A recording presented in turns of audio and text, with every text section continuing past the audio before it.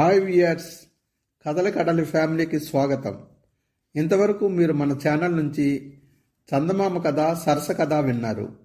ఈరోజు ఒక మంచి ఫీల్ గుడ్ స్టోరీతో మీ ముందుకు వస్తున్నాం. ఈ కథ తప్పక మీ మనసు తాకుతుందని ఆశిస్తున్నాం. అన్ని వర్గాల ప్రేక్షకులను రంజింపచేయాలన్నది మా కోరిక. అందుకే పిల్లలు, యువతీ యువకులు, పెద్దలు మెచ్చే కథలు అందించే ప్రయత్నం చేస్తున్నాం. ఈరోజు కథ రంగుల రాట్నం. రచయిత ఎన్ శివనాగేశ్వరరావు. ఈ కథ డిసెంబర్ 15, 1997 ఆంధ్రప్రభ వీక్లీలో వచ్చింది.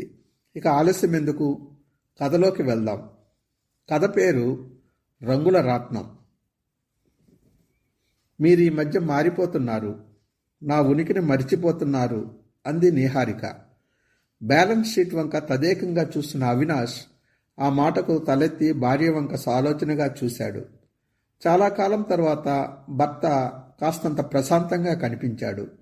నీహారిక ఆ అవకాశం వదులుకోదలచలేదు.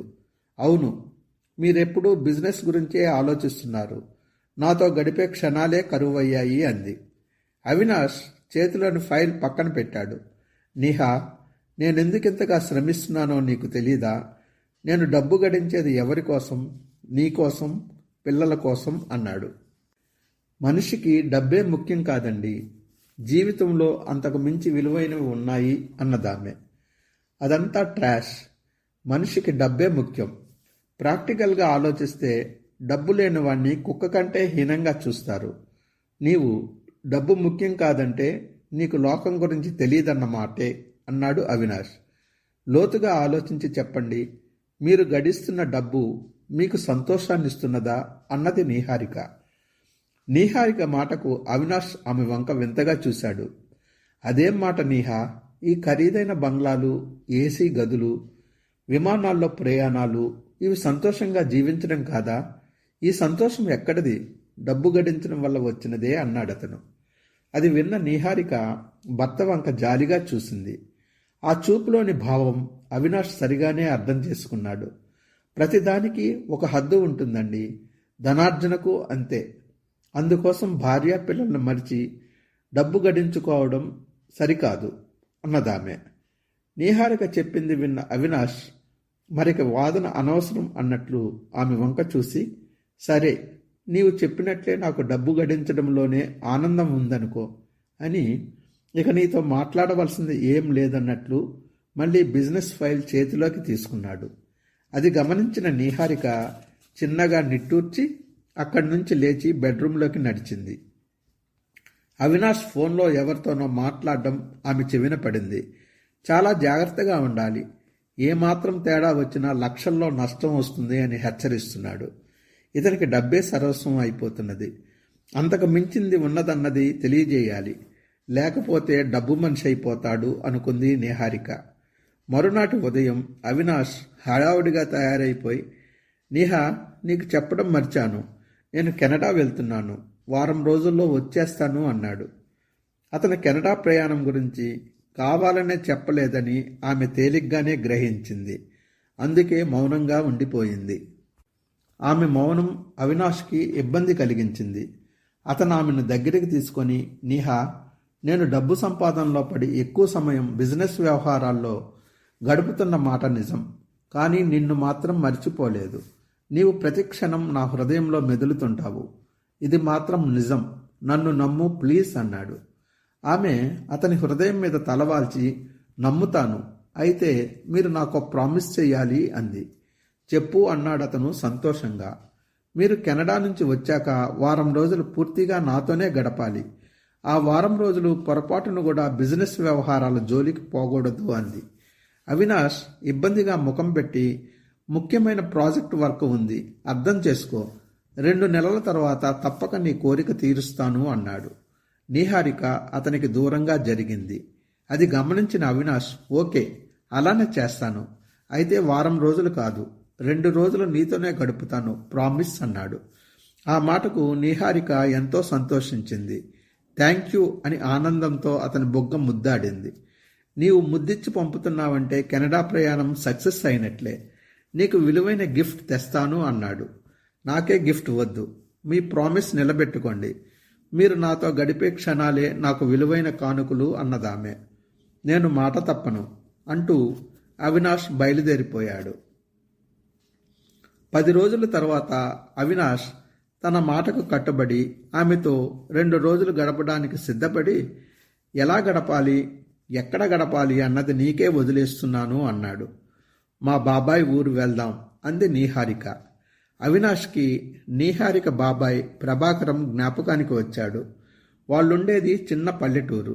ఆ పల్లెటూరిలో ఆ పెంకుటింట్లో 2 రోజులు గడపడం చాలా కష్టం అన్నాడు. మీరు చూడవలసింది ఊరు ఇల్లు కాదు, వాళ్ళు చూపే ప్రేమ అభిమానం అంది నీహారిక. సారీ, నా వల్ల కాదు అన్నాడు అవినాష్. నీహారిక ముఖం కలతప్పింది. అయితే మీ ఇష్టం అంది. నీహా, ప్లీజ్ బాధపడకు. ఈ ప్రయాణం నీకోసం. నీవు చెప్పినట్లే చేస్తాను. అయితే చిన్న మార్పు. అక్కడ ఓ పూట ఉండి సిటీ వెళ్ళిపోతాం. అక్కడ హ్యాపీగా గడుపుదాం అన్నాడు. నీహారిక అందుకు ఒప్పుకుంది. మరునాడే ఇద్దరూ కారులో నీహారిక బాబాయ్ ఉండే ఊరు బయలుదేరారు. తమ ఇద్దరి మధ్య డ్రైవర్ ఉండడం ఇష్టం లేక అవినాష్ తనే స్వయంగా కారు నడపసాగాడు. నీహారిక అతని పక్కనే భుజాన్ని ఆనుకొని కూర్చుంది. భర్తతో కలిసి ప్రయాణం చేయడం ఆమెకెంతో సంతోషాన్నిచ్చింది. మార్గమధ్యాన ఓ చిన్న పల్లి తగిలింది. అక్కడేదో సంబరం జరుగుతున్నట్లుంది. పల్లెవాసులు గుంపులు గుంపులుగా కనిపించారు. ఆ దృశ్యం చూసిన నీహారిక కొంచెం సేపు కారు ఆపండి అంది. అవినాష్ కారు ఆపాడు. ఇద్దరూ కిందికి దిగారు. అలా వెళ్దామా అడిగింది నీహారిక. వద్దు, దూరం నుంచే చూద్దాం అన్నాడు అవినాష్. కొంచెం దూరంలో జోరుగా తిరుగుతున్న రంగుల రాట్నం మీద పడింది నీహారిక దృష్టి. కొద్దిసేపటి తర్వాత మనమిద్దరం రంగుల రాట్నం ఎక్కి తిరుగుదాం అని ప్రపోజ్ చేసింది నీహారిక. అవినాష్ భార్య వంక ఆశ్చర్యంగా చూసి, నీవు మన స్టేటస్ మరిచిపోయావు. ఒక బిజినెస్ మ్యాగ్నెట్ భార్యవై ఉండి చీప్గా అటువంటి లేబర్ వాళ్ళ మధ్య రంగుల రాట్నం ఎక్కడం ఎంత సిగ్గుచేటు అన్నాడు. ఆ లేబర్ వాళ్ళంటే మీకెందుకు అంత చిన్న చూపు? కష్టించి పని చేయడం తప్పేం కాదు కదా అంది. నాకు ఇష్టం లేదు, కావాలంటే నీవు వెళ్ళు అన్నాడు అవినాష్. మీరు కెనడా వెళ్ళేటప్పుడు ఖరీదైన గిఫ్ట్ తెస్తానంటే వద్దన్నాను. ఇప్పుడు నాకు ఈ గిఫ్ట్ ఇవ్వండి అంది నీహారిక. నీహా, ఈ మధ్య నీవు వింతగా ప్రవర్తిస్తున్నావు. లక్షలు పెట్టి తెచ్చే గిఫ్ట్ కన్నా ఆఫ్టర్ ఆల్ ఈ రంగుల రాట్నం ఎక్కడం నీకంత ఆనందాన్ని ఇస్తుందా అన్నాడు అతను. అవును అందామె స్థిరంగా. ఈ ప్రయాణం నీకోసం. నీ మాట ఎందుకు కాదనాలి? పద అన్నాడతను. ఇద్దరూ సంబరం జరుగుతున్న చోటికి నడిచారు.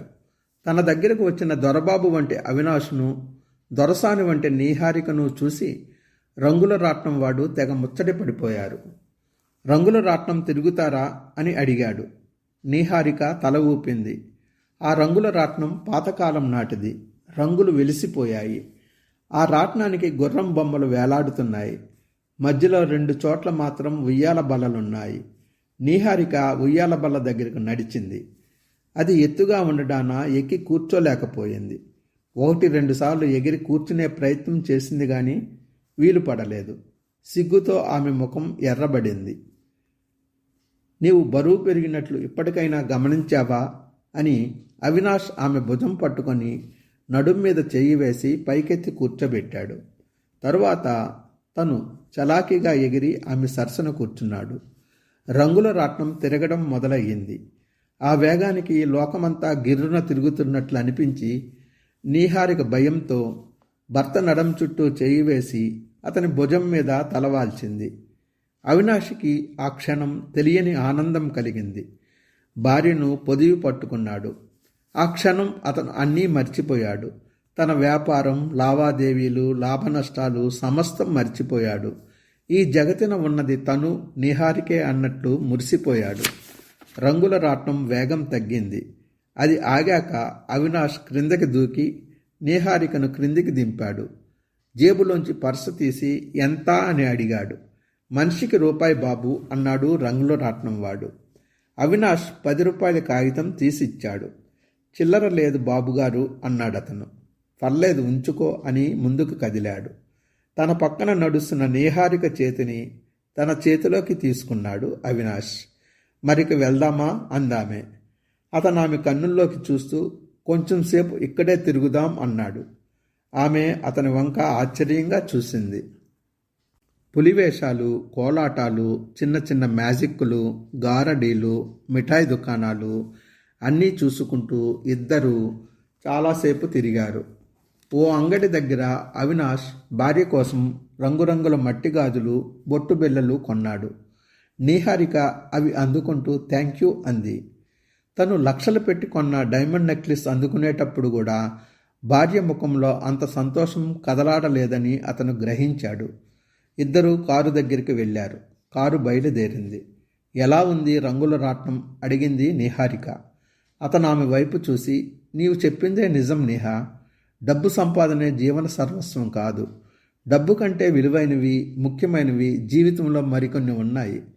వేలు ఖర్చు చేసి పొందిన ఆనందం కంటే రూపాయి ఇచ్చి పొందిన ఈ ఆనందమే ఎక్కువ తృప్తినిచ్చింది అన్నాడు. అతను నిజాయితీగా తప్పు ఒప్పుకోవడం నీహారికకు నచ్చింది. కారు నీహారిక బాబాయ్ ఇంటి ముందు ఆగింది. భార్య కారు దిగుతుంటే, నేహా మనం 2 రోజులు ఇక్కడే ఉందాం అన్నాడు అవినాష్. ఆమె భర్త వంక తృప్తిగా చూసింది.